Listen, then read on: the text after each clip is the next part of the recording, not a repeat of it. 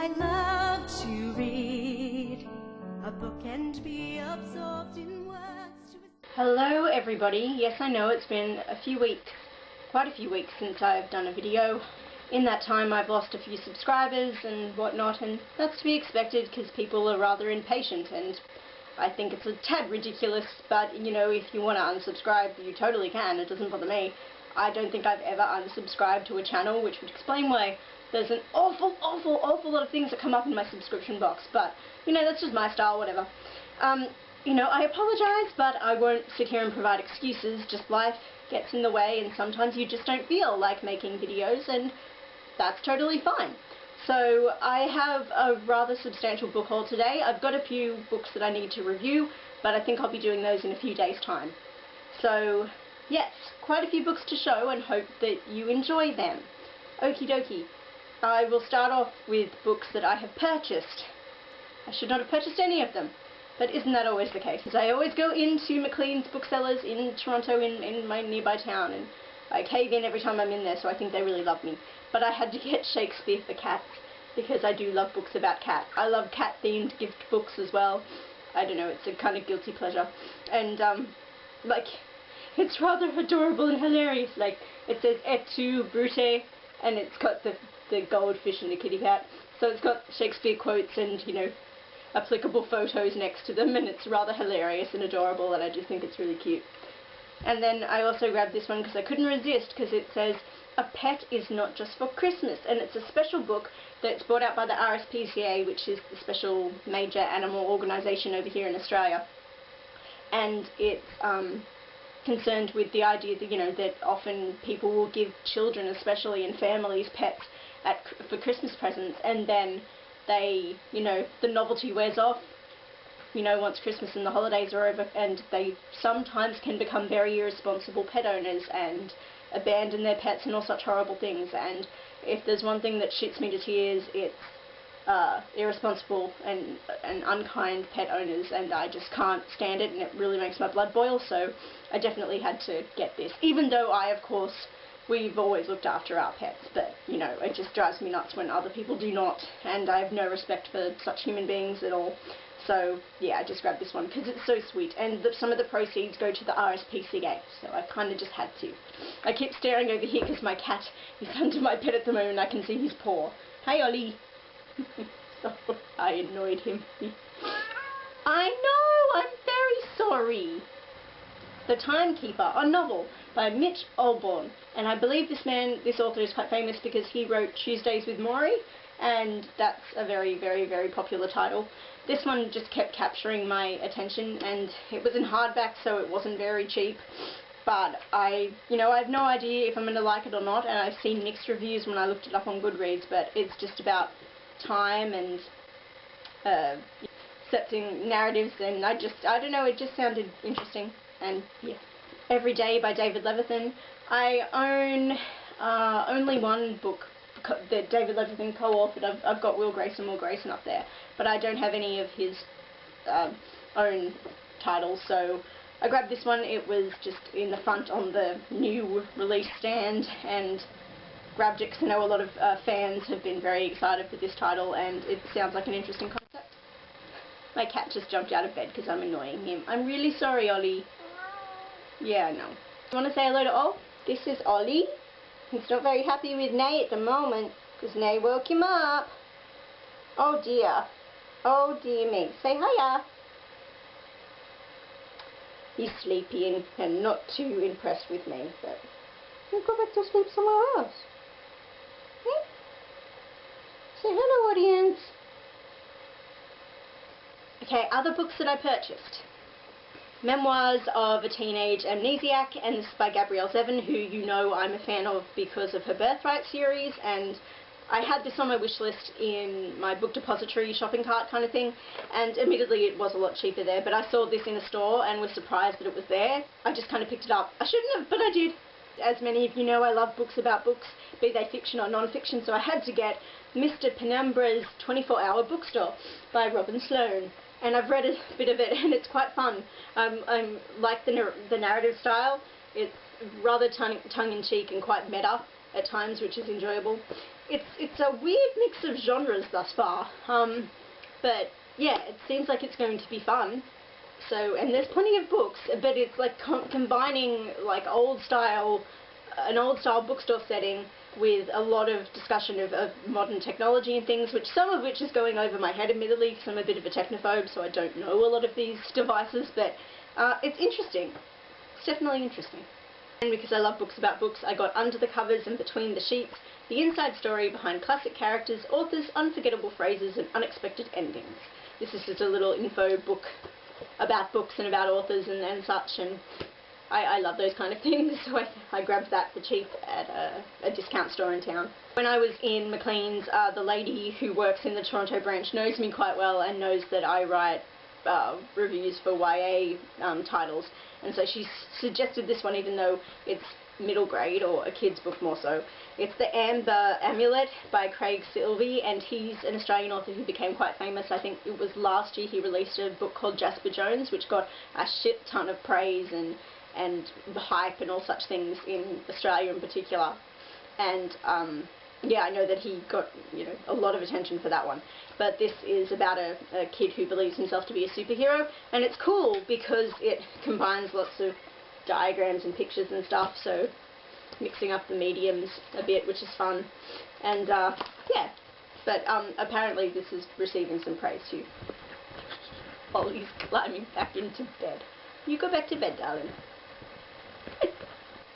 I went into a discount bookstore in Newcastle, which is one of my favourite ones, which is Cooks Hill Books, and got a few things there. I grabbed Switch by Amanda Hocking because I was sent the third installment in this series, which is Torn, but I don't have the first two, so I'm kind of like, can't read that. And yes, I've heard a lot of mixed to negative things about this series, but I just thought I'd have a look-see. This is the tiny edition that came free with a magazine, Dolly magazine I believe over here, which is just plain odd.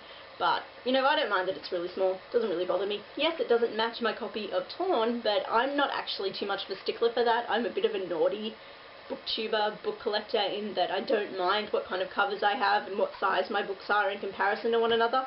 So, yeah, I'm kind of really casual like that. I got quite a used copy of City of Masks by Mary Hoffman. It's the first in the Stravaganza series, and I grabbed this even though I've read mixed stuff, and I know it's a kid's book.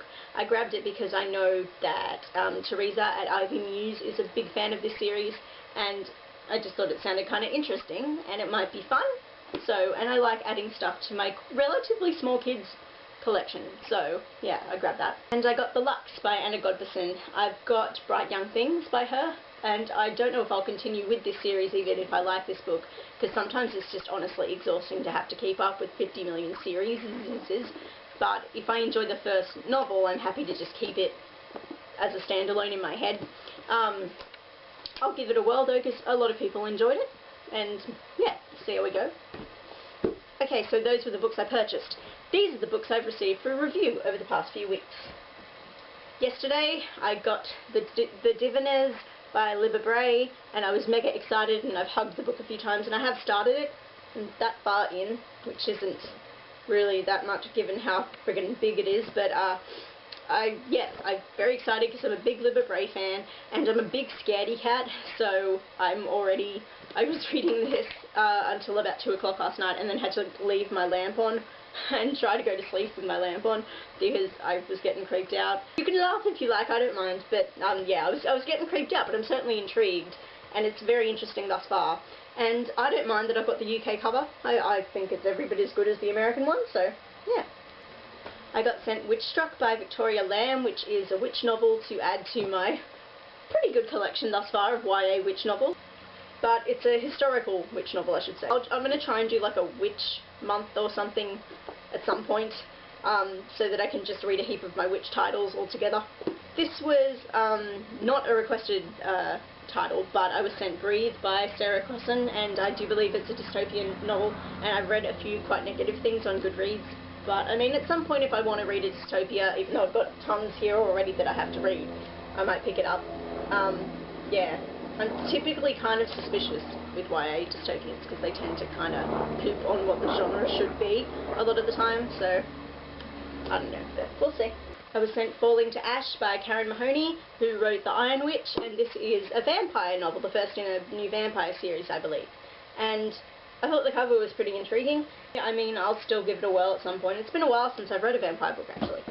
I was sent Skylark by Megan Spooner, and I don't know, I've read a few negative reviews of this on Goodreads, but it's kind of, I like books that are amalgamations of genres, and this one certainly seems like that. The few pages I've read of it thus far, so we'll see how it goes. Scented Magic by Maria V. Snyder, and that is the second book in her, I'm not sure what this series name is. Nope, don't know what this series is called, but the first book is Touch of Power, and yes, the copy I have of Touch of Power is very different from this one, so they're not going to match, but I really don't care, and I like Maria V. Snyder, I like her. Circle of Silence by Carol M. Tansman. Carol M. Tansman? Yes. Anyway, this apparently is the second book in a series which I wasn't aware of when I requested it because it just sounded interesting, but it's the second book after Dancer Girl, and I'm not sure if you it could be a companion perhaps, because it didn't indicate that you have to have read Dancer Girl in order to read this, but I'll try and find that out, because maybe I need to get the first one. I got Shine Light, Shine Light. It's the final book in the Night Creatures trilogy by Marianne Tapia, and as many of you know, I have a very big affection for this series and this author. Burn Bright was the first review copy I was ever sent, and so it holds a very special place in my heart, and I've met Marianne, she's lovely, and I write for the website, and it's all lovely, awesome stuff, and of course everybody adores the covers, and yes, I've not yet read it actually, I'm holding off, and I also have to try and remember what happened in Angel Arias because I'm senile and I forget stuff, so I need to re-jog my memory there, and then I'll get into it. I think I'm going to finish it really quick though because it's quite short, which is sad because that means the trilogy's going to be over. But hopefully this is going to be getting an international release soon. Shh. I was sent Reached by Ali Condi, which I believe is the third. Yes, it is, the third in her Match series, whatever it's called. I own a second-hand copy of Match, but I've not read it yet. Again, heard mixed things, again because it's dystopia, but not really, like using dystopia as an excuse for just some romance and things, but we'll see. I don't know if I'm going to be interested enough to want to keep reading it, so this might have to find a home somewhere, I don't know. Tell me if you're a fan of the series. So, Mystic City by Theo Lawrence. Again, this sounds like it could be a bit of an amalgamation of genres, which, for whatever reason, I think it's because Aussie fantasy authors tend to like mixing mishmash of stuff. They don't tend to like adhering to one set genre, and I tend to find that a bit more fun and entertaining. So, this one sounds like it could be blending a few things, and yeah, it seems to have some fair amount of positive feedback on Goodreads, so yeah, hopefully I'll like it. And then finally, because I've been hearing nothing but good things about this one, and I keep seeing it in stores, I got The Convent by Maureen McCarthy, and I do learn stuff by her, and she's very popular, very admired Aussie author, and yeah, I've just been hearing good things about this, and I would just like to pick it up because it sounds quite interesting. So that's The Convent. So that is my book haul. I hope you enjoyed. I'm going to try and film some reviews for you on Sunday. Hopefully we'll see how we go, but that's all for now. Hope everybody is well, and I will talk to you all soon. Goodbye.